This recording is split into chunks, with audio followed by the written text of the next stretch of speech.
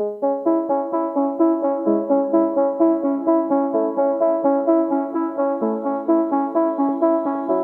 is Seasons of Discontent with your hosts Rick Snyder and Matt Combs on the Hogstye Network.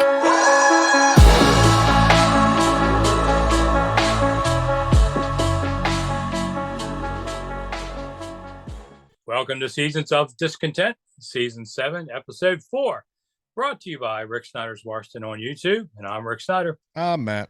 And we're back discussing all things Washington sports and life as part of the mighty Hogstye Network on audio, and here YouTube for the video so you can see me. So, all right, Matt, Commanders are playing Baltimore on Saturday up in Baltimore. And I kind of was teasing on my Twitter account today.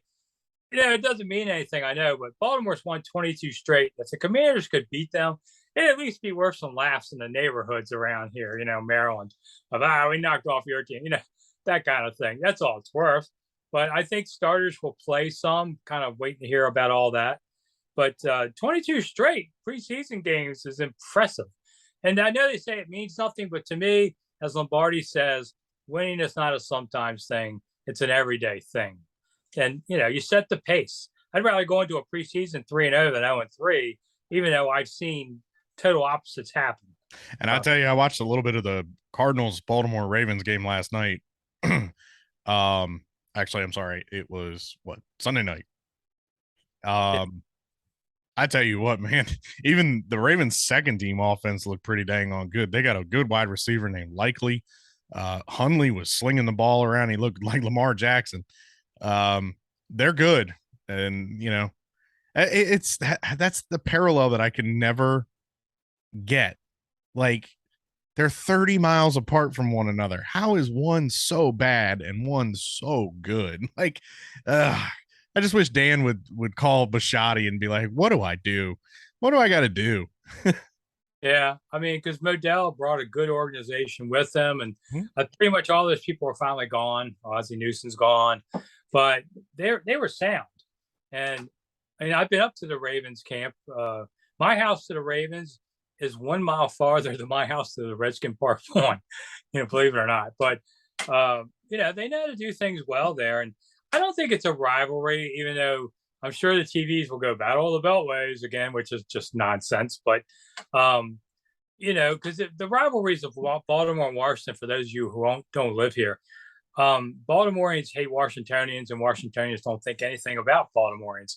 Don't hate them, don't like them, just don't think about it. It's kind of a one-sided thing. If you play in the preseason every year, which is nice, just for travel for the teams, you know, it's still a preseason game. I mean, the old Colts used to play the old Redskins every preseason. But if you don't play during the regular season and you only meet every few years, it's kind of hard to really get it size for it. But I don't know. I just like to see it. If they knock them off, it would just be funny for 5 seconds, you know, and everybody. Well, and honestly, look, rivalries, both teams have to be good. You know, the Redskins, Washington football team, Commanders haven't been good since 91. I don't believe the Ravens got here until what, 95, I think. I think it was 95. So there you go. They weren't even, the Ravens were still in Cleveland when the Washington franchise was good. You have to be good in order to have, it's the same thing why there's no Orioles Nationals rivalry, because the Orioles have been garbage and now the Nationals are garbage and the Orioles are good. Even when they play each other in interleague play, it's like, and they play each other every year, at least 2 games, usually 4. And there's no rivalry there except for the Masson deal. But anybody not in the area doesn't understand what I'm talking about. But yeah, I mean, both teams have to be legit. But the funny thing you say about Baltimoreans, or Baltimoreans, as I like to call them, they sure did jump on that Caps bandwagon when they were winning Stanley Cups, because Baltimore doesn't have a dang on hockey team. That was the one time they loved DC.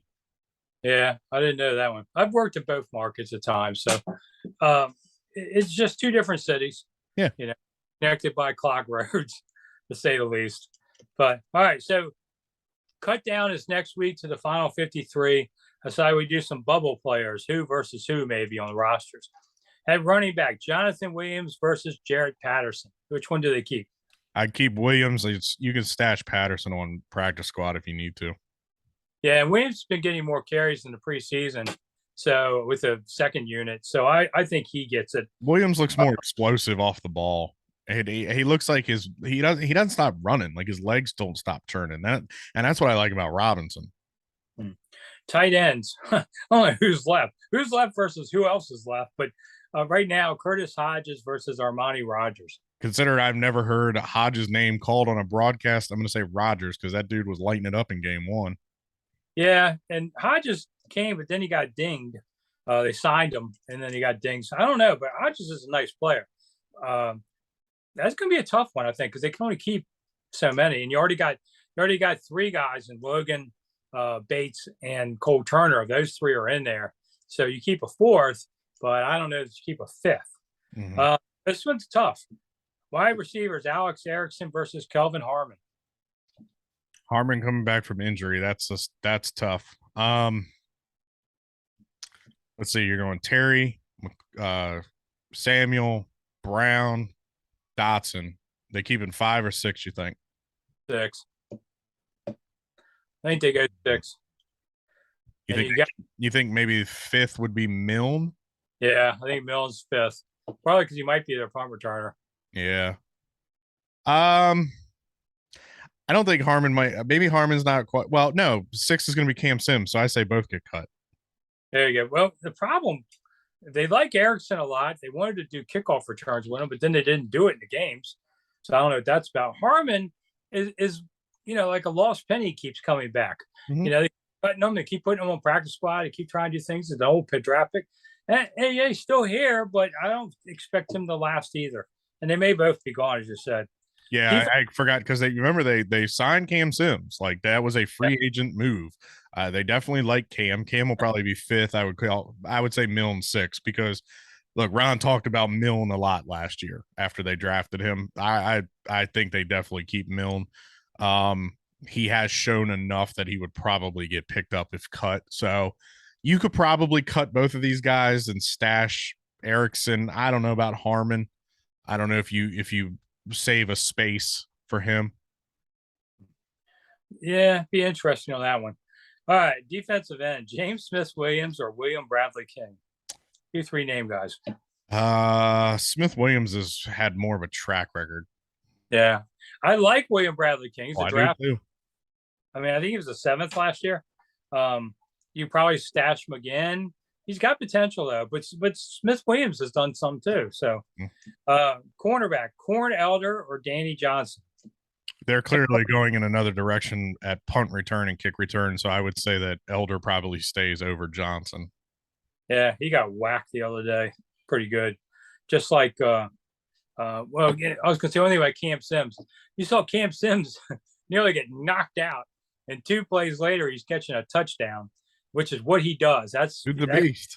Why you keep him. I give Cam credit. He's transcended 2 different coaching staffs as a reserve and still stuck around. That's hard to do. I mean, but he's got the pedigree. Let's not forget this kid went to Alabama. Oh, yeah, Alabama. Oh, Alabama. And all right, this one, I don't know what to make of this one. Free safety, Percy Butler versus Jeremy Reeves. Percy's a draft pick. I can't imagine they would cut him. What was he, 4th or 5th? Yeah, he had a bad. He's staying.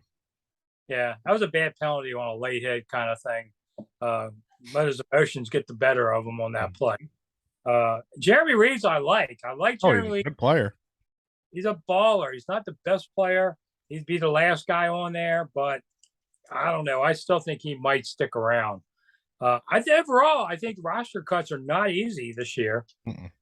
Not that they've gotten better so much up top as they have in the bottom. And with injuries going on, they're going to play. We know that. It seems like everybody, you need all 53, you need all 80. Yeah, and that's the thing with Smith-Williams and Bradley King. You're probably going to expect Chase Young to start the year on PUP at 6 games. You're probably going to end up keeping both those guys, to be honest with you. Be interesting. Yeah, I see Chase at practice, and he's moving around fine. It's always interesting to see guys, they can run around fine, but man, you just don't want to bring them back till they absolutely have to. I don't know if it's a joint thing, and you can't see that, but times it's like guys like, yeah, I'm running up to 8 miles an hour. 8 miles an hour is pretty serious, man. The only way I'm running 8 miles an hour if there's a fair behind me doing 9. I mean, that's going to be tough. Only thing I'm doing 8 miles an hour too is a buffet. Yeah, I've seen guys on the treadmills do like 10, 12. Steven Davis could. Man, that's serious hauling. And they can do it for 30 minutes. I mean, if you do that 10 miles an hour for 30 minutes, you're almost done with a 10K. Yeah. That's and these are big dudes. Yeah, especially Steven Davis. That was a mountain of a man. Yeah. All right, picking the game this weekend since all the degenerate bettors want to play, and you have to be insane to pick the last preseason game.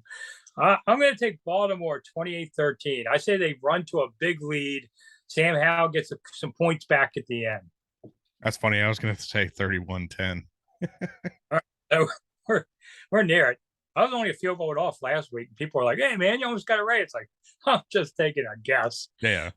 And I'm with you. I think, look, Jackson won't play, but like I said, Hundley played well in the game I watched against the Cardinals. They've got that guy Likely. He was very impressive. Yeah, I think they're going to go out there and they're just, I don't think the second team defense is going to be able to hang with the Ravens' second team offense.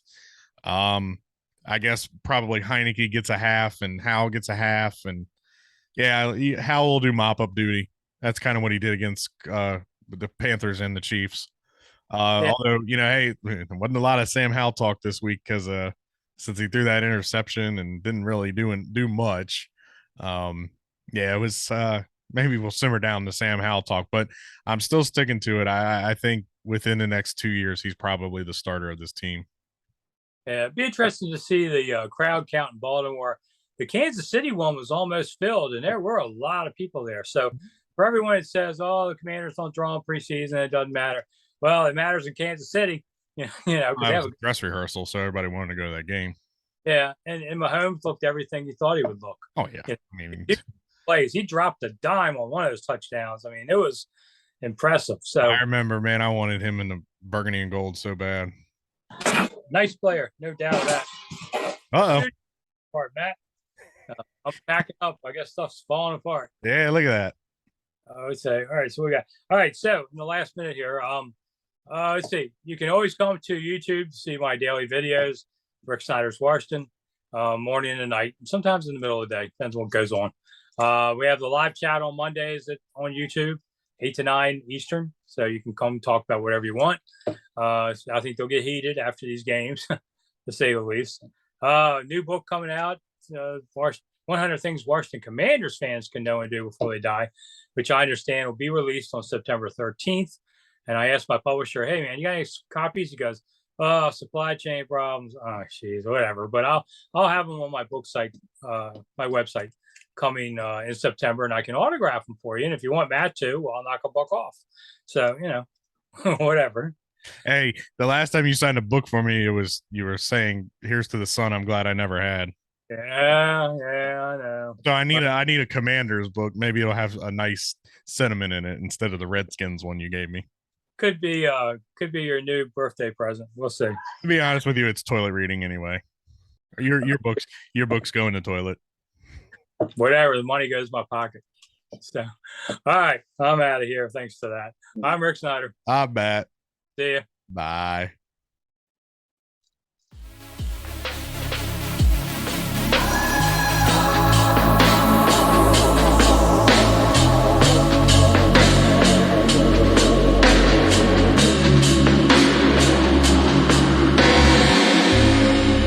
Thanks for listening to Seasons of Discontent on the Hogstye Network.